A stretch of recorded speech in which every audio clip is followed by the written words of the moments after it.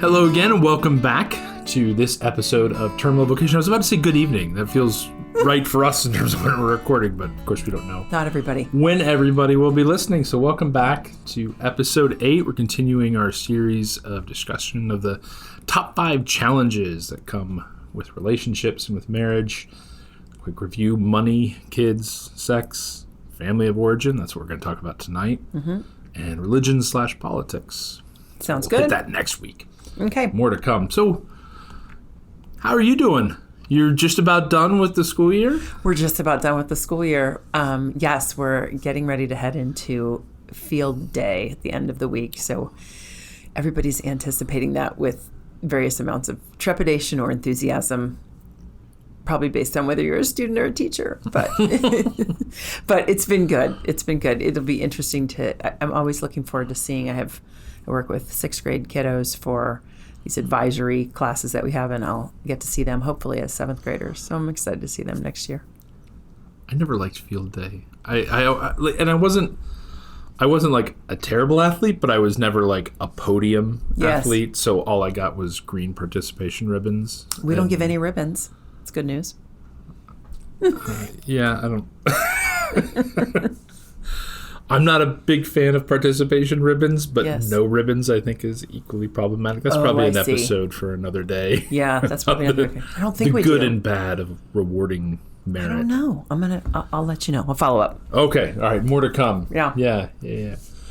Well, I'm trying to think of what else is going on my front. I mean, we've just been, I think we had a good trip the other day. We were able to go visit our daughter. Yeah. We got into D.C. for a little bit. Got to drive around in D.C. for a little bit and remember how narrow the streets are. But, yes, bring your patience. But she's doing well, so that was a good day. And tonight, I'm staying up late after you go to bed to talk to our son I'm doing a book club with him. We're reading the Iliad together. Yes. And so we're just about halfway through. So it's getting good. Everybody's Trojans are killing Achaeans and Achaeans are killing Trojans, and it's just marvelous. That is awesome. I love it. I love that.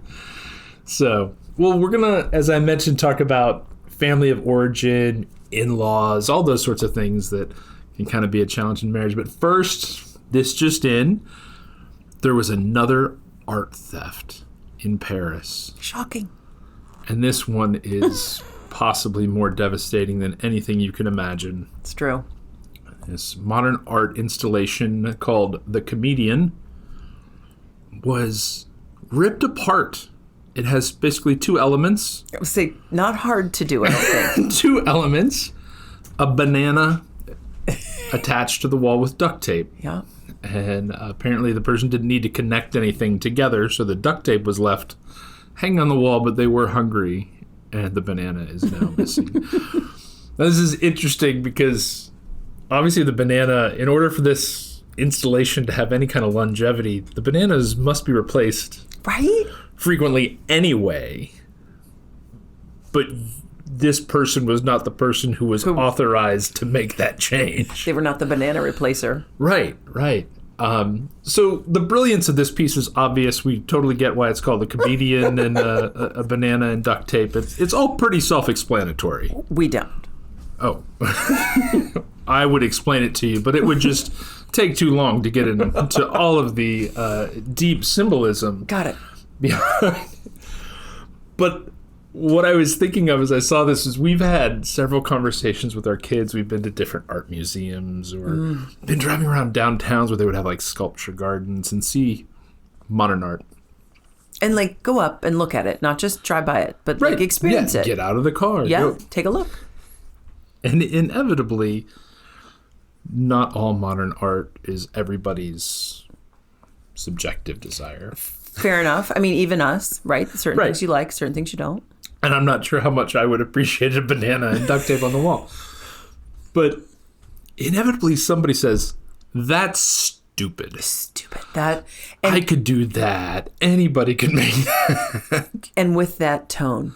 With exactly that tone. Or maybe even more derisive than negative. I mean, just wasting their lives.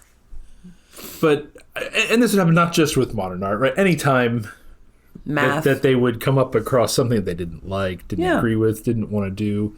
This is stupid. This Yep. is dumb. And so I thought it's kind of an interesting conversation about how to respond when we want our kids to appreciate and understand the finer things of the world. Not just art, but academics and that sort of thing. So how do we react when we hear that's stupid? Because I've said it.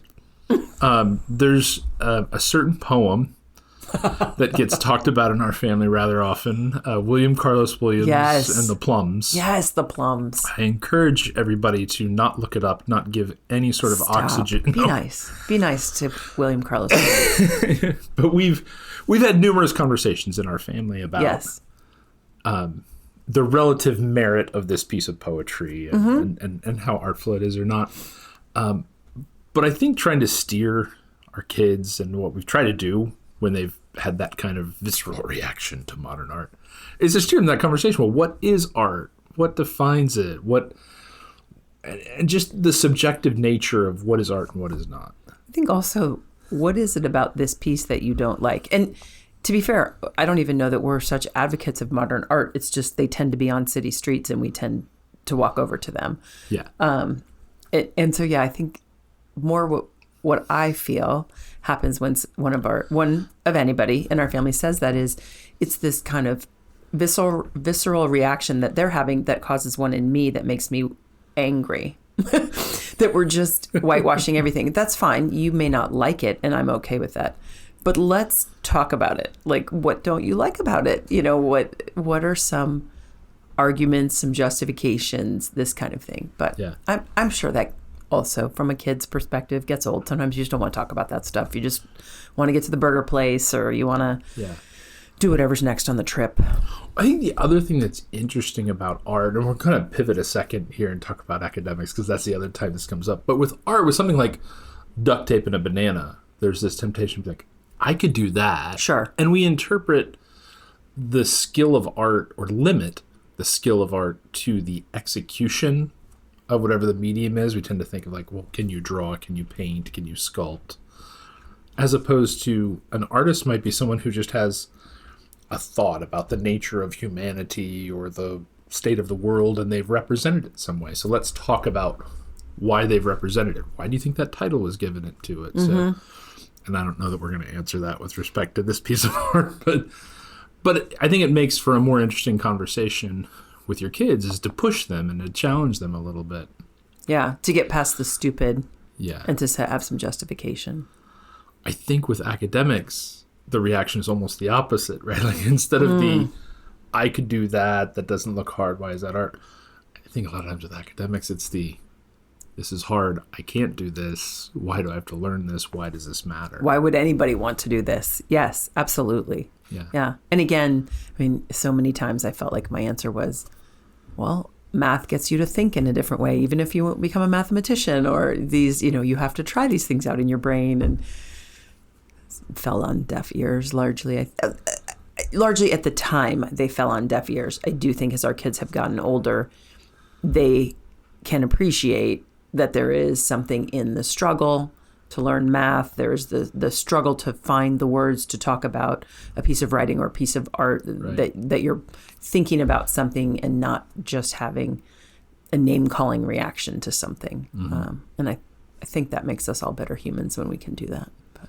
I was talking to one of our kids earlier today about being in high school and books that we read and books that we didn't read because, like in English class, and some that we liked and we read them and they were great. And there were others that we never really got or understood. Oh, you mean when we were in high school? Well, us and them too. Like there was a little bit of a true confession from one of the kids. Who didn't read what? About right. Something they didn't read. And it was funny, years later, it was like, yeah, I don't know if I'd have finished that one either. But I didn't really, couldn't have said that 2 years ago. But when they were the student in the class, yeah. But I think, I guess just to, put a bow on a couple suggestions when this comes up, right? When your kids are complaining or seeing, especially academics and other things, as stupid. I think the first thing is just don't react angrily, or really don't react. at all, right? Just kind of keep things medium. What do you mean by that? Tell me more. Tell me more. What don't you like about it? Why do you think other people might think this is important? Like, force them to make the case for it from someone else's perspective. Why do you think some people do like this? Mathematics, maybe they start to understand that there's a beauty or an elegance in the precision of it or something. Why do you think the school thinks it's important that you learn it? So just kind of that Socratic method of forcing them to come up with the answers instead of lecturing them.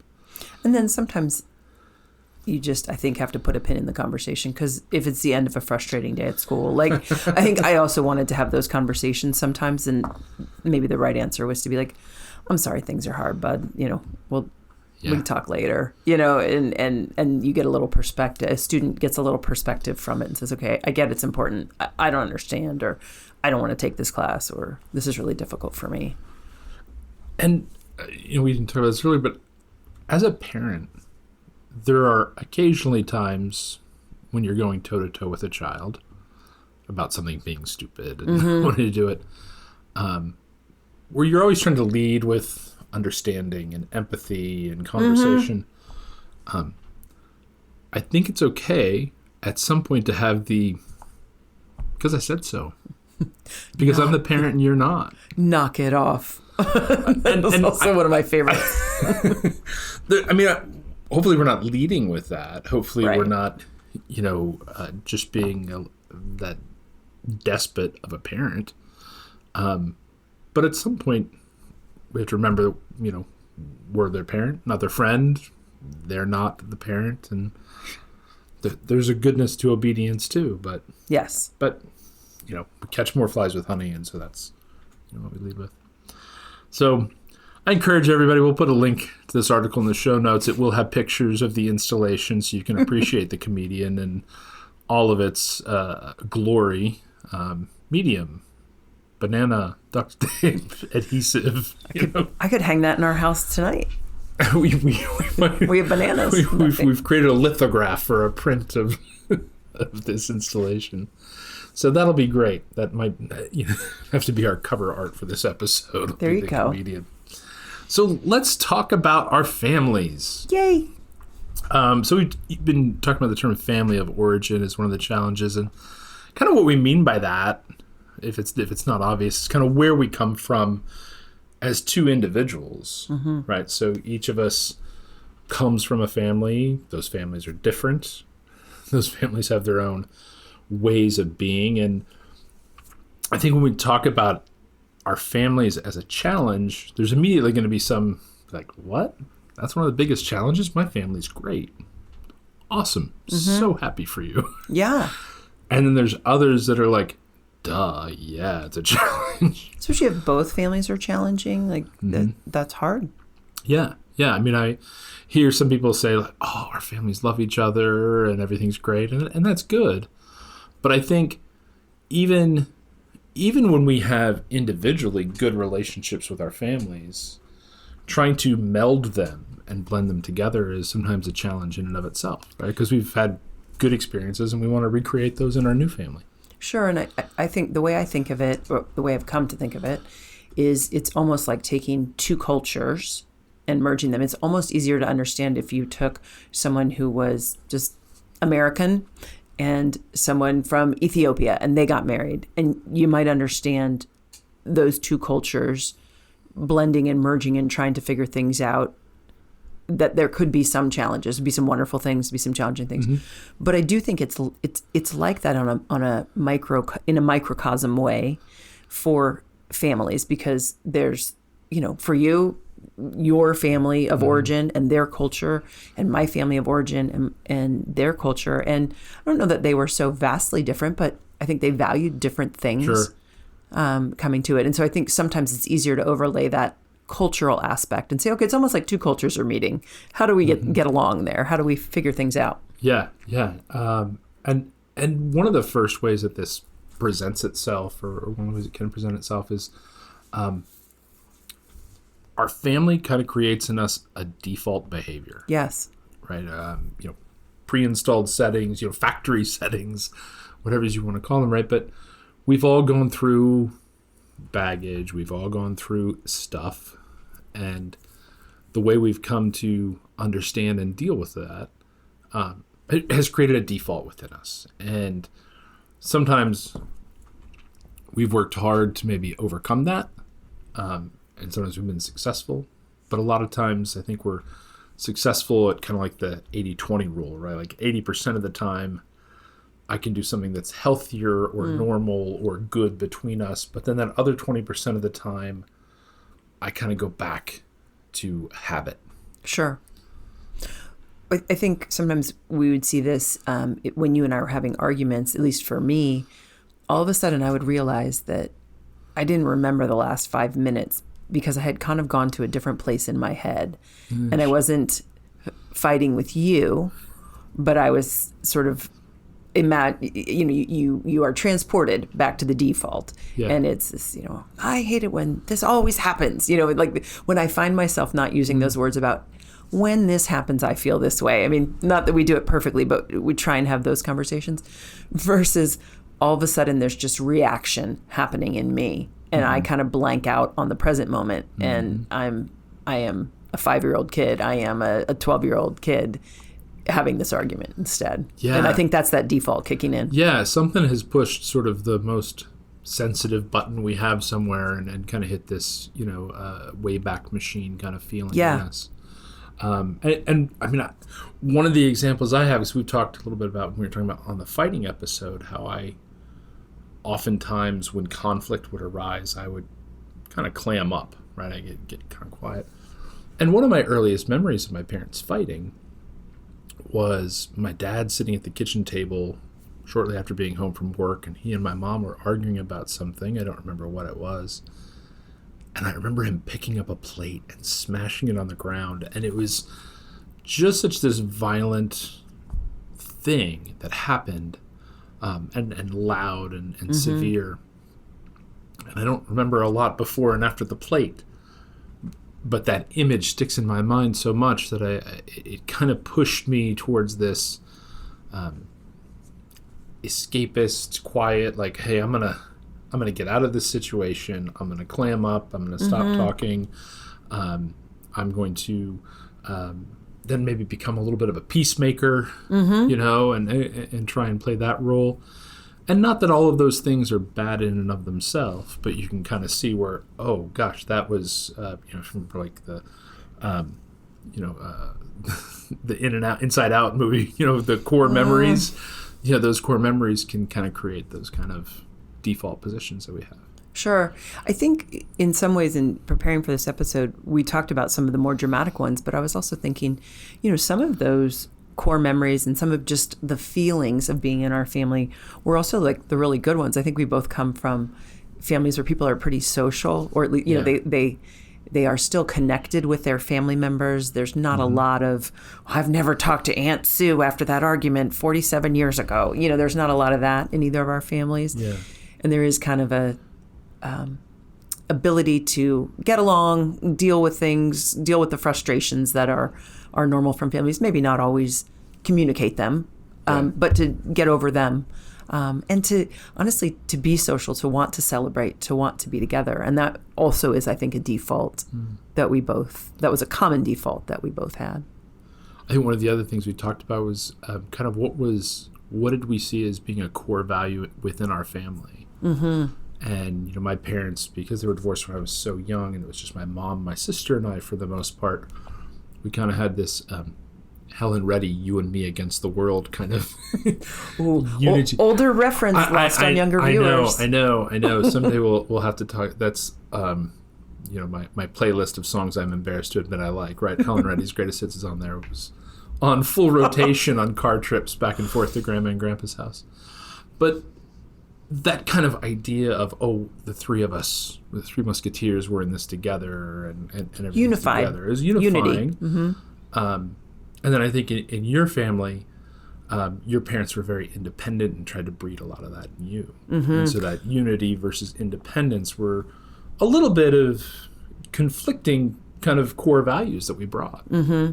Yeah, in my family, it was definitely like kind of the unspoken rule that you sort of go off to seek your fortune you go somewhere, Yeah. after college or wherever.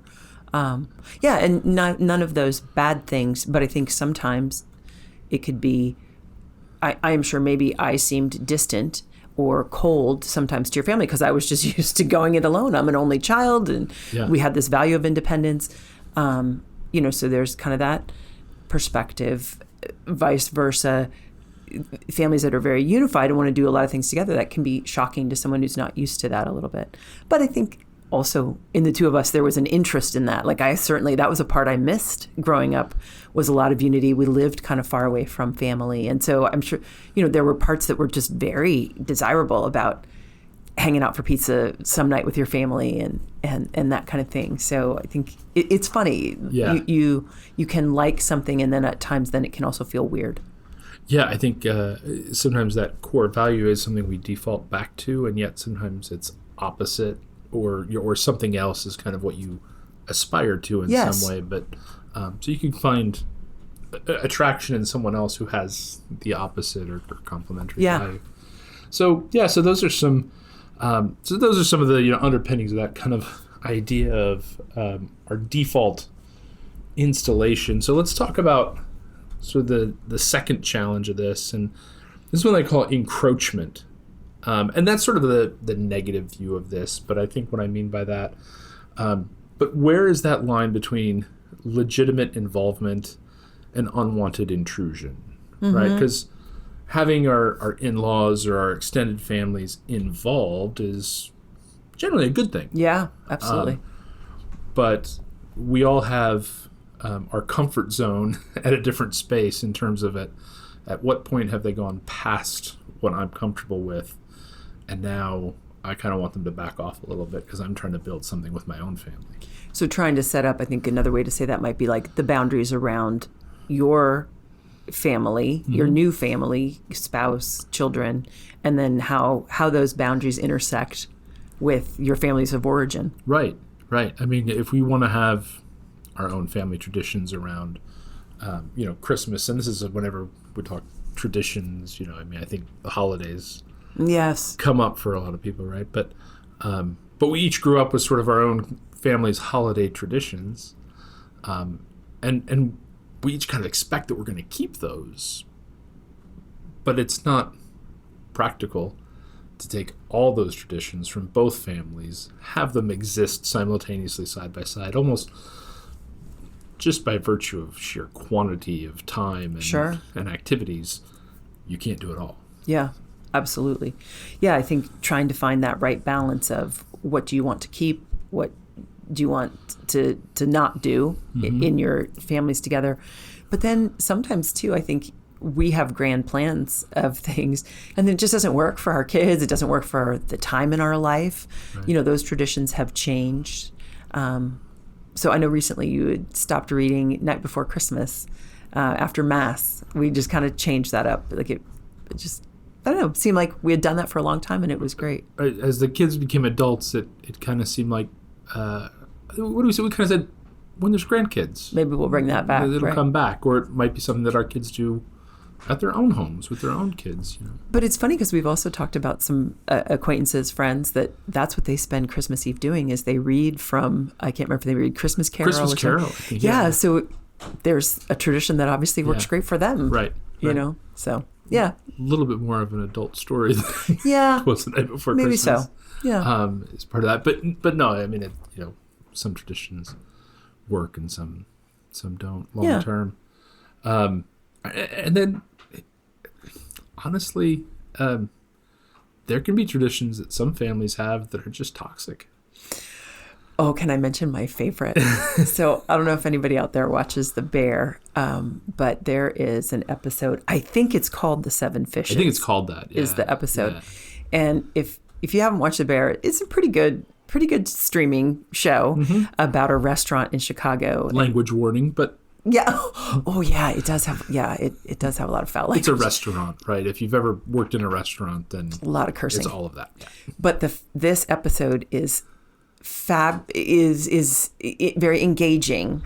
I won't say it's fabulous. It's also just excruciating to watch this family kind of head toward this impending disaster. of Christmas Eve, and this Italian mom is trying to make the dinner of the seven fishes, which is this Italian American tradition of these amazingly complex seafood dishes. Right. 7 dishes for a massive family. She's smoking in the kitchen. It's Jamie Lee Curtis smoking in the kitchen, drinking, won't take any help. I think as an addict, or alcoholic. Yes, there's issues there. I mean, there's all kinds of... And then each relationship with each kid, how she talks to them, you can just see all these past passive-aggressive relationships coming up. And John Mulaney... I was just going to say, right, because he's an in-law, right? And, yeah. John Mulaney is sitting out there and is basically, I don't think, not literally eating popcorn, but kind of has that ethos of like, I'm just here for the theater of this. And he's kind of the comic relief of, like, you kind of want to see him more because it gets so intense in that dark episode. So, yeah, that is definitely some boundaries were crossed in that family. So the other type of this that I think we see is geographic encroachment. We've got, some people have, parents that live closer or further away. Like our parents were all very different in terms of, in town, next county over, states away. Sure. And so, the dreaded pop-in, is something that can be a type of intrusion. And so figuring out what are we comfortable with, communicating that with, moms, dads, mother-in-laws, father-in-laws, just say, hey, this is going on. Can you just call before you come over or something like that? Well, then we kind of had the opposite problem with my dad, who was wonderful and would come, like, so I could go to a doctor's appointment, watch the kids when they were little, or get a haircut or something. He would come, drive 2 hours, and then I would get back home. He'd be like, okay, thanks. See you later. I'm like, you're not staying for dinner? Like you drove all this way. Stay for dinner. Yeah, he wouldn't. Yeah, nope, gotta go. So you'd come. I'd come home from work. Where's your dad? He left. He drove 4 hours to be here for about 2 hours. Yeah. So wonderful, generous, very generous. But yes. But yeah, I mean, figuring out what are we comfortable with. I mean, I've talked to couples who, I was talking to someone recently. And they were trying to buy a property right next door to their parents. Yeah. And I just thought, I don't think I'm mature enough to do that. Your boundary is different. For my parents, your parents, like I don't think I'd be very good at that. They have different boundaries. They have different boundaries. Yeah.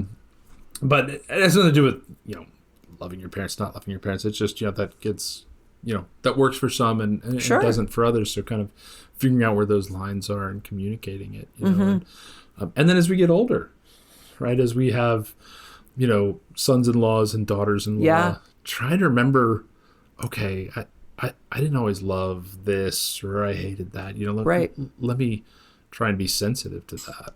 I'm going to stay for dinner every time. or we're going to ask them whether they were right. We got to ask. Dang it. This is hard.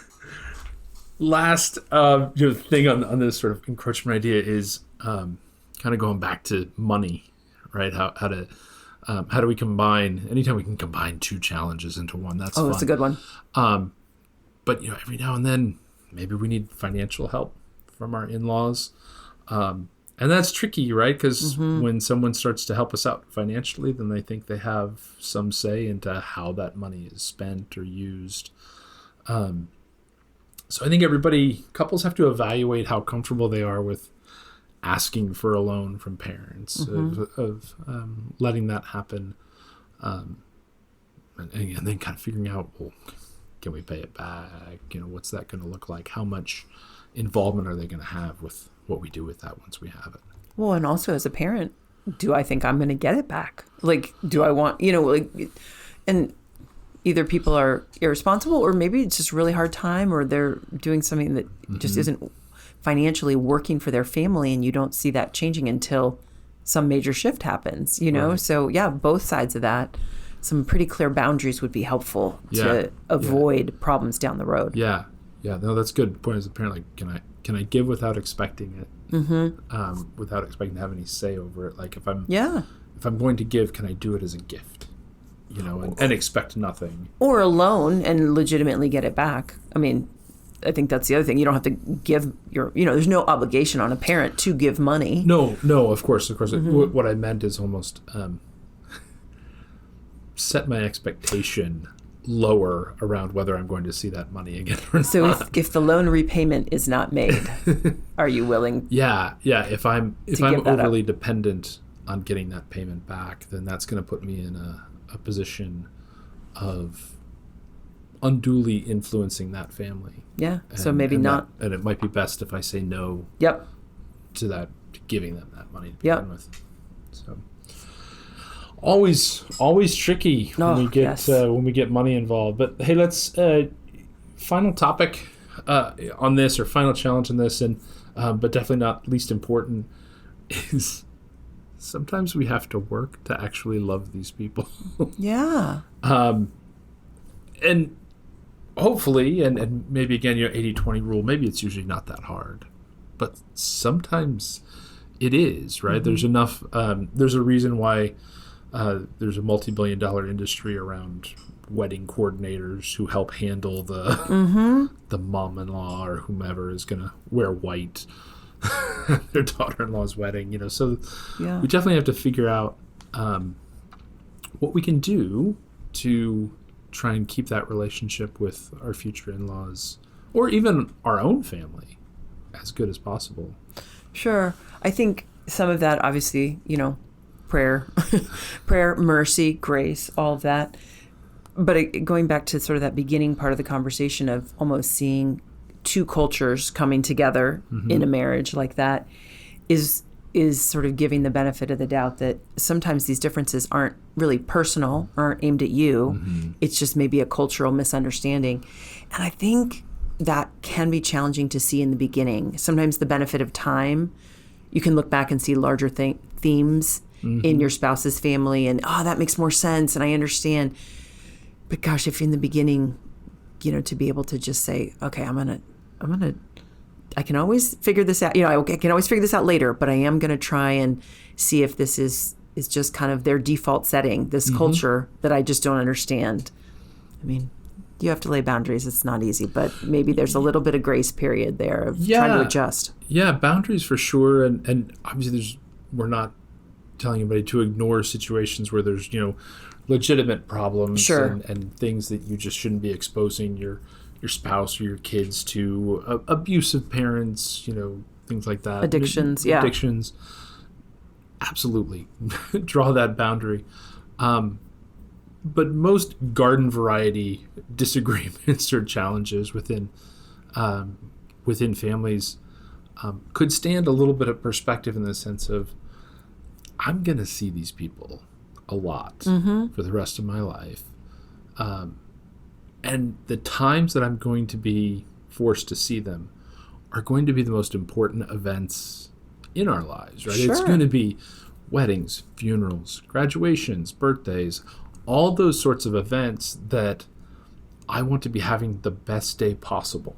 Mm-hmm. And so cultivating a genuine friendship to the degree possible with these people is a really worthwhile investment in your future, in the future of your family.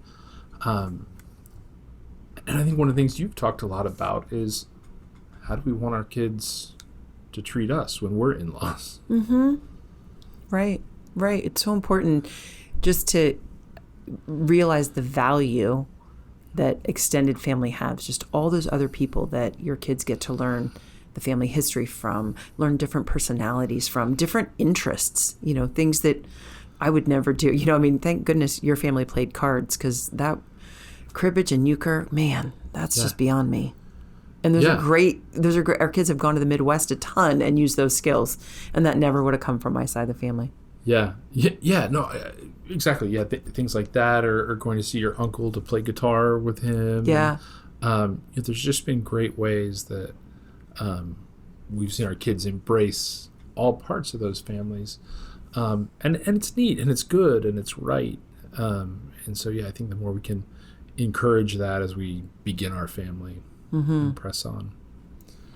Well, this has been great conversation. We hope you've enjoyed it. If you have, please give a like, subscribe, follow. You've been listening to Terminal Vocation, VoFam production. Please give us a contact, or send us any topic ideas you have, terminalvocation@gmail.com. I'm Deacon Mark, along with my wife and co-host Aaron. Thanks for joining us. We'll be back next week. Bye-bye.